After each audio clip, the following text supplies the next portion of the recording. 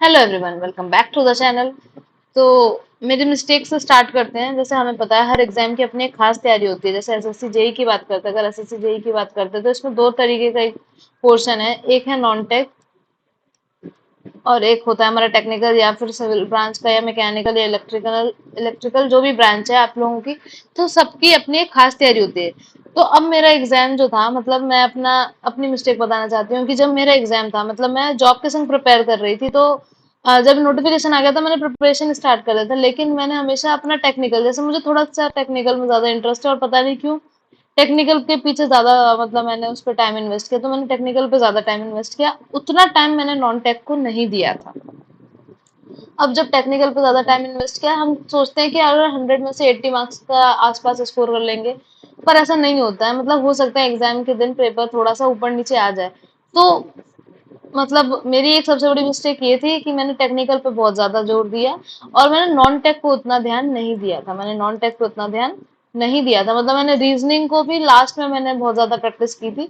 पर क्या होता है कि रीजनिंग की हमें डेली प्रैक्टिस करनी है, क्योंकि उससे क्या है कि हमारा टाइमिंग जो है यहाँ पर बचाकर हम टेक्निकल में यूटिलाइज कर सकते हैं। और जीएस का पोर्शन तो मतलब मैंने ऑलमोस्ट थोड़ा बहुत देख लिया था, उस पर ज्यादा ध्यान नहीं देता। जबकि मेरा जो एग्जाम हुआ था, जो मेरा एग्जाम था, वो फर्स्ट शिफ्ट में था और फर्स्ट शिफ्ट वाला एग्जाम थोड़ा सा टफ था। अब तो चाहे मेरा एग्जाम नहीं क्लियर हुआ तो मैं कुछ भी बोल दूं तो सबके लिए वो बहाना ही है, क्योंकि एक एक चीज होती है कि अगर इस लाइन के इस पार हो तो तुम कुछ भी बोलो कि 10 घंटे पढ़ते थे, 14 घंटे पढ़ते थे, सब हाँ है। और अगर तुम इस पार रह गए तो तुमने मेहनत की हो ना की हो वो सब मतलब कुछ भी मायने नहीं रखती। तो मतलब मेरा थोड़ा सा फर्स्ट शिफ्ट में पेपर थोड़ा सा टफ आया था, जिसमें मेरा जीएस में भी ना बायोलॉजी बहुत अच्छे लेवल की पूछी गई थी।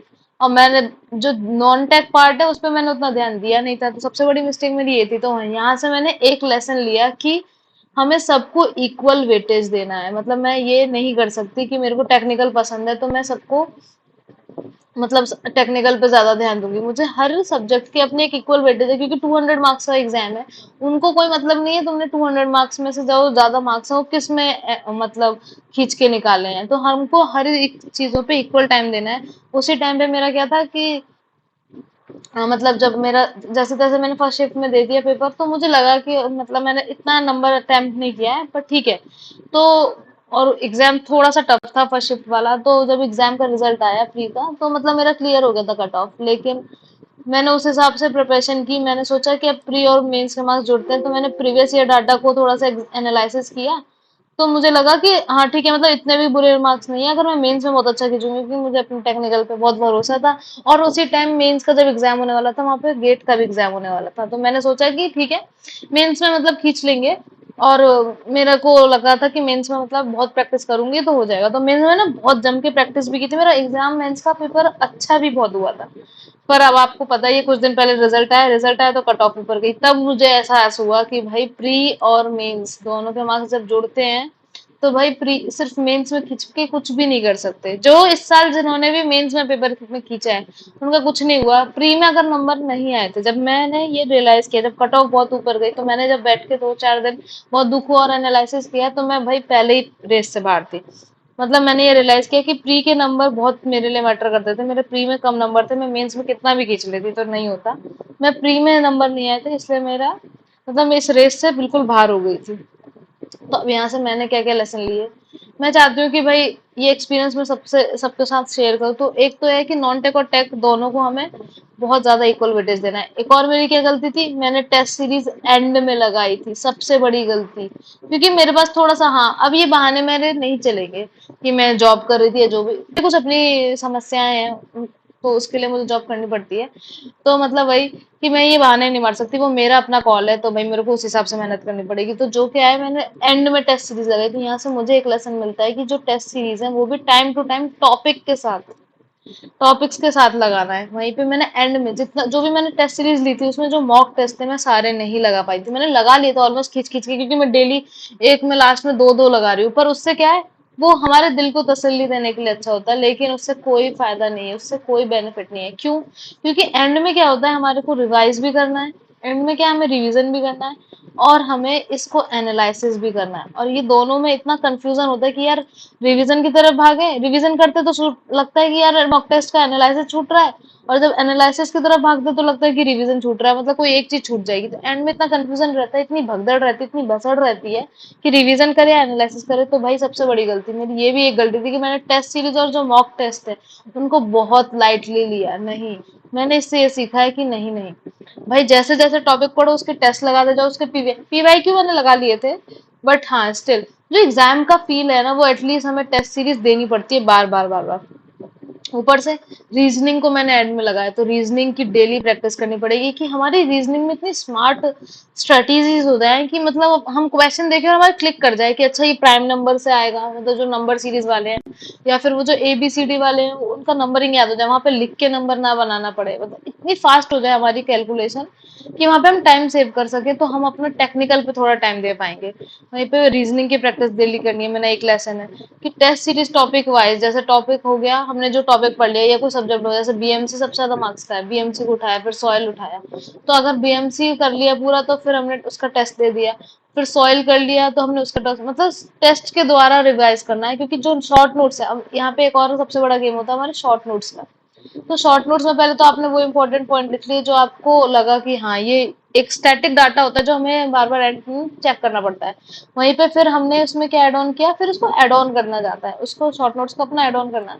फिर हमने टेस्ट का एनालिसिस लिखा, जो भी टॉपिक मुझे नहीं आया था उसको लिखा, उसको देखा। एक तो जो देखना, मान लो कि हमने टिम्बर पढ़ा और टिम्बर के क्वेश्चन जो उसके मतलब बेसिक टिम्बर से क्वेश्चन बन जाते हैं, लेकिन अगर मान लो उसके डिफेक्ट से क्वेश्चन में कंफ्यूजन हुआ, तो हमारा इसका मतलब क्या, हमारे शॉर्ट नोट्स में वो जो डिफेक्ट्स हैं विद डायग्राम, अगर हम डायग्राम और मैप मेथड के थ्रू अपने शॉर्ट नोट्स बनाते हैं ना, तो थोड़ा याद रहता है, क्योंकि माइंड पिक्टोरियल वे को बहुत अच्छे से याद रखने की कोशिश करता है। तो उस तरीके से एनालिसिस करना है, एनालिसिस के जो पॉइंट्स है उसको शॉर्ट नोट्स में इंक्लूड करना है। फिर वहीं पे जब हम मॉक टेस्ट देंगे तो उनमें जो पॉइंट्स है उनको इंक्लूड करना है। इस तरीके से अपने शॉर्ट नोट्स को बनाते हुए चलना है। रिवीजन को देखा, रिवीजन करना बहुत इंपॉर्टेंट है, एंड टाइम पे अच्छा खासा रिवीजन होना चाहिए। वहीं पे हमारी एक टेक्निकल की बुकलेट होनी चाहिए और एक हमारा नॉन टेक का बुकलेट होना चाहिए, जिसमें क्या है कि हमारे आर्टिकल्स, जो हमारे आर्टिकल्स स्केड्यूल होते हैं वो एकदम लिखे होने चाहिए, क्योंकि एंड टाइम में पॉलिटी के क्वेश्चन भी अच्छे खासे पूछते हैं। और पॉलिटी बहुत स्कोरिंग है, मतलब उसमें ज्यादा नहीं पढ़ना, क्वेश्चन ज्यादा आते हैं आर्टिकल से, पर उसमें जो उसका एरिया है, जो वास्ट एरिया है वो कम है। वहीं पे अब हमारा हिस्ट्री का है, तो हिस्ट्री में नेशनल वो जो 1857 के बाद है उसके शॉर्ट नोट्स होने चाहिए। ज्योग्राफी में थोड़ा सा हमारा मतलब जो इम्पोर्टेंट टॉपिक जैसे हमारे हिमालयस हो गए, या हमारे जो लाज होते हैं, वो जो पासेस हैं हमारे, वो रिवर्स रिवर्स के बारे में बहुत पूछते हैं, डैम्स। तो ये जो स्टैटिक पोर्शन है आप उनका, नेशनल पार्क और वाइल्ड लाइफ सेंचुरीज, आजकल GI टैग भी पूछ लेते हैं, GI टैग भी पूछ लेते हैं, तो उनका पॉइंट्स, इन सबको हम बेसिकली अपने शॉर्ट नोट्स में इंक्लूड कर सकते हैं। वेल ये तो मेरा अपनी मिस्टेक और मेरे लेसन से जो मैंने सीखा, तो मतलब अब यहाँ से हमारे पास दो रास्ते बचते हैं। तो हमारे पास एक तो दो रास्ते हैं, एक तो है कि हम क्विट कर दें, और दूसरा ये है कि अब 130 डेज बचे हैं, 130 डेज बचे हैं और जान लगा दें या फिर जाने दें, मतलब जान लगा दें या फिर जाने दें, या तो एकदम अब 130 डेज के लिए एकदम फिर से कंटिन्यू करते हैं सफर को और अपनी फुल ऑन जान लगाते हैं। बट मेरा ये मानना है कि जो क्विट करते हैं उसमें कोई बुराई नहीं है, क्योंकि सबकी अपनी सर्कमस्टांसेस, अपनी परिस्थिति होती है। तो फाइनेंशियली या फिर कोई और भी आ, परिस्थिति हो सकती है जिसकी वजह से लोग क्विट करते हैं, तो उसके लिए वो लोग अपना प्लान बी का चुनाव करते हैं। अगर प्लान बी आप चुन रहे हो, अगर आप प्लान बी को बना रहे हो, तो उसमें अपना बेस्ट देना है, उसमें अपना बेस्ट देना है। किसी भी चीज में आपको अपना बेस्ट देना है। अगर आप इस बात को चुन रहे हो कि मेरे को तैयारी करनी है, तो यहाँ अपना बेस्ट देना है, और यहाँ दे रहे हो तो, क्योंकि क्या होता है, सक्सेस एक दिन में नहीं मिलती, ये तो सबको पता है। किसी किसी को बार बार घिसना पड़ता है, किसी को एक बार में भी मिल जाए, पर क्या है, सक्सेस के लिए बहुत घिसना पड़ता है। हाँ मैं फेल हुई, लेकिन मैं अपनी फेलियर से लर्न करना है, मुझे अपने फेलियर से लर्न करके जो मेरा एक पाथ है, जो मैंने जिस पाथ पे चला, उस पाथ से मैंने क्या सीखा, फिर उस डेस्टिनेशन पे पहुंचने के लिए मुझे उस पाथ में कुछ कुछ नया बनाना पड़ेगा, उस पाथ को नया करना पड़ेगा, उसमें कुछ इम्प्रूवमेंट करने पड़ेंगे कि जो मुझे अपने दूर पे मंजिल दिख रही है मैं वहां पहुंच सकूं। क्योंकि गिर के बार बार उठेंगे तभी हमें सक्सेस मिलेगी, ऐसा नहीं है। और ये हाँ थोड़ा सा टफ है, पर जो टफ करने में मजा है, और उसका एक अपना सेटिस्फेक्शन लेवल है। मतलब अगर आप क्विट कर रहे हो तो वहां पे भी रिग्रेट नहीं करना, फिर आपको पीछे मुड़ के नहीं देखना है, और अगर प्लान बी के ऊपर जा रहे हो तो वहां, और अगर 130 डेज के लिए प्रिपेयर कर रहे हो तो फिर एग्जाम वाले दिन ये रिग्रेट नहीं करना है कि यार इस बार भी पहले की तरह कर दिया, नहीं, इस बार पिछले बार से पहले से ज्यादा अच्छी स्ट्रेटेजी होनी चाहिए। तो अब हमारे पास दो रास्ते हैं, या तो हम लग जाएं या फिर जाने दें। अगर हम लगते हैं तो हमारा किस तरीके का सफर है, क्योंकि हमें एक बार फिर से लड़ना है, गिव अप नहीं करते हैं, वही कुछ करते हैं। तो अब हम अगर प्रिपेयर करते हैं, इसमें भी दो तरीके की प्रिपरेशन है, जिनका एक तो प्रिपेयर हो चुका है, ऑलमोस्ट प्रिपेयर हो चुका है, उन्हें रिवीजन करना है, टेस्ट लगाना है। और कुछ लोग हैं जो अभी स्टार्ट करा है, उन्होंने जनवरी से या मे बी और 6 मंथ पहले से स्टार्ट किया है, तो उन्होंने अभी रिसेंट स्टार्ट किया है। तो जो जिनका ऑलरेडी प्रिपेयर है वो खुद को बहुत आगे ना समझे, और जिनका अभी स्टार्ट किया है वो खुद को कुछ पीछे ना समझे, क्योंकि इस तरीके से कुछ नहीं होता। जो रिसेंट स्टार्ट करते हैं उनका नहीं हो सकता, नहीं, ये सारा गेम स्ट्रेटेजी, हार्ड वर्क, एक तो हार्ड वर्क आपको करना ही पड़ेगा, पर ऐसा नहीं कि मतलब बिना प्लानिंग किए। एक तो होती है बिना प्लानिंग की हार्ड वर्क, एक होता है प्लानिंग के संग, प्लानिंग करने के बाद, प्लानिंग बनाने के बाद, स्ट्रेटेजी बनाने के बाद, जो पूरा हम मैनेजमेंट में पढ़ते हैं, स्ट्रेटेजी के बनाने के बाद। तो ये सब करने के बाद हमें करना है, हार्ड वर्क करना है, लेकिन प्लानिंग के साथ, स्ट्रेटेजी के साथ हमें गोल्स बनाने हैं। गोल्स हमारे इंपॉर्टेंट है। गोल्स भी किस बेसिस पे बनाने हैं, पहले एक तो हमारा डेली बेसिस का गोल होना चाहिए, एक तो हमारा डेली गोल होना चाहिए, फिर हमारा वीकली गोल होना चाहिए, उसके बाद हमारा मंथली गोल होना चाहिए। तो ये सब को पूरा करते हो और अपने आप को रिवॉर्ड करना है और पनिशमेंट देना है। मतलब ये जो गोल्स हैं आपने बनाए, उसके लिए आपको, अगर आपका गोल उस डेली बेसिस का, वीकली या मंथली बेसिस का गोल आपका प्रिपेयर नहीं होता, मतलब आप पूरा नहीं कर पाते, तो आपको अपने आप को पनिश भी करना है। और अगर आपको अपने आपने आपने अपने आप से जो वादा किया था गोल का, वो आपने पूरा किया, तो उस गोल को इंक्रीज करना है और अपने आप को रिवॉर्ड करना है। इस तरीके से आगे बढ़ना है। और प्लानिंग, तो अब बेसिकली अगर हम प्लानिंग की बात करते हैं, उन्होंने रिसेंट तैयार किया है भाई, उन रिसेंट स्टार्ट किया है, उनके लिए आर्ट्स, जो नंबर्स ऑफ आर्ट्स हैं वो ज्यादा होंगे, ऑब्वियस सी बात है, उन्हें थोड़ी ज्यादा मेहनत करनी पड़ेगी। पर सबसे पहले कोर्स कंप्लीट करना है, कोर्स कंप्लीट करना है, उसके लिए भी 80-20 रूल लगाना है। 80-20 रूल लगाना है। 80-20 रूल में क्या होता है कि कुछ एग्जाम्स में कुछ जैसे सब्जेक्ट हैं, उसमें से सबसे ज्यादा पूछा जाता है, जैसे बीएमसी हो गया, उनमें भी कुछ टॉपिक है जिनमें सबसे ज्यादा पूछा जाता है। आप बीएमसी की लिस्ट चेक कर सकते हो, और मैं और भी सब्जेक्ट का इंपॉर्टेंट टॉपिक्स का लिस्ट बना डालने वाली हूँ, तो आप उनको देख सकते हो। तो पहले उन सब इंपॉर्टेंट सब्जेक्ट को, उनके इंपॉर्टेंट टॉपिक्स को करना है, उसके बाद फिर उन टॉपिक से रिलेटेड रिवीजन करने के लिए पीवाईक्यू लगाना है, उसके बाद हमें उसकी टेस्ट सीरीज लगानी है। अगर पीवाईक्यू लग जाते हैं, जैसे ऐसे जिस भी एग्जाम के लिए, पर्टिकुलर एग्जाम के लिए प्रिपेयर कर रहे हो, उसके पीवाईक्यू लगा लो।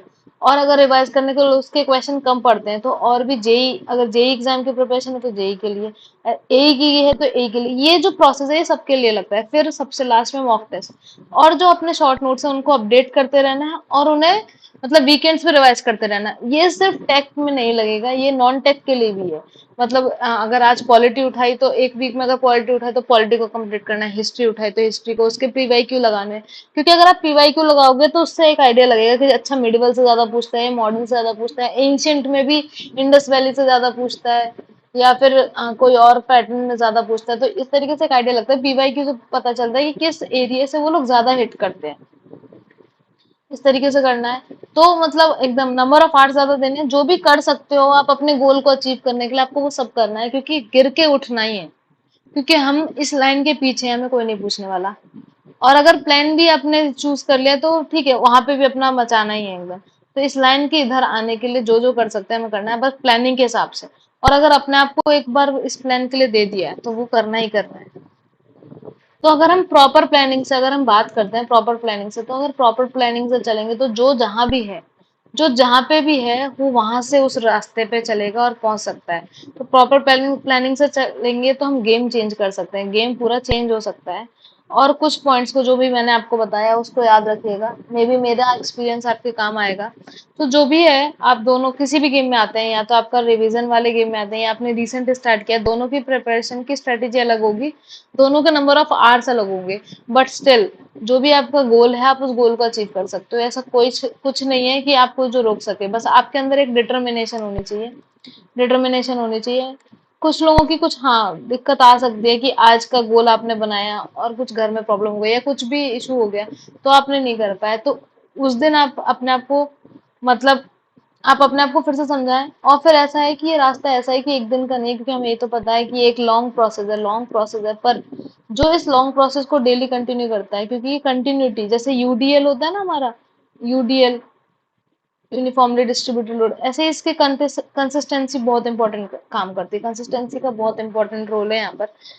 आई होप आप लोगों को कुछ हेल्प मिली होगी। मैं डेली शॉर्ट्स भी डालती हूँ, शॉर्ट्स में ऐसा रहता है कि जैसे 1 घंटे हम रीजनिंग पढ़ेंगे, रीजनिंग में भी कौन सा टॉपिक करेंगे, उसके बाद मतलब नॉन टेक में कौन सा टॉपिक करेंगे, उसके बाद हम टेक्निकल में आज कौन सा टॉपिक करेंगे। तो कुछ लोगों की डिमांड थी कि उस पे एक मॉर्निंग में ही वीडियो आ जाए, कि हम आज उस तरीके से हमारे आज का दिन किस तरीके से स्केड्यूल करें, और फिर हम इवनिंग में उस पर डिस्कस कर लें। मैं एक एमसीक्यू की वीडियो भी डेली ऑलमोस्ट डालती रहती हूँ, एमसीक्यू की वीडियो भी हमारी डलती है। सोचो आज से हम इतने एमसीक्यू कर लेंगे, तो जो एंड में, क्योंकि कुछ लोगों का होता है वो लास्ट के 60 डेज में शुरू करते हैं, तो आज से इतने एमसीक्यू कर लेंगे तो एंड तक जाते जाते सपोज हम कितने एमसीक्यू कर लेंगे।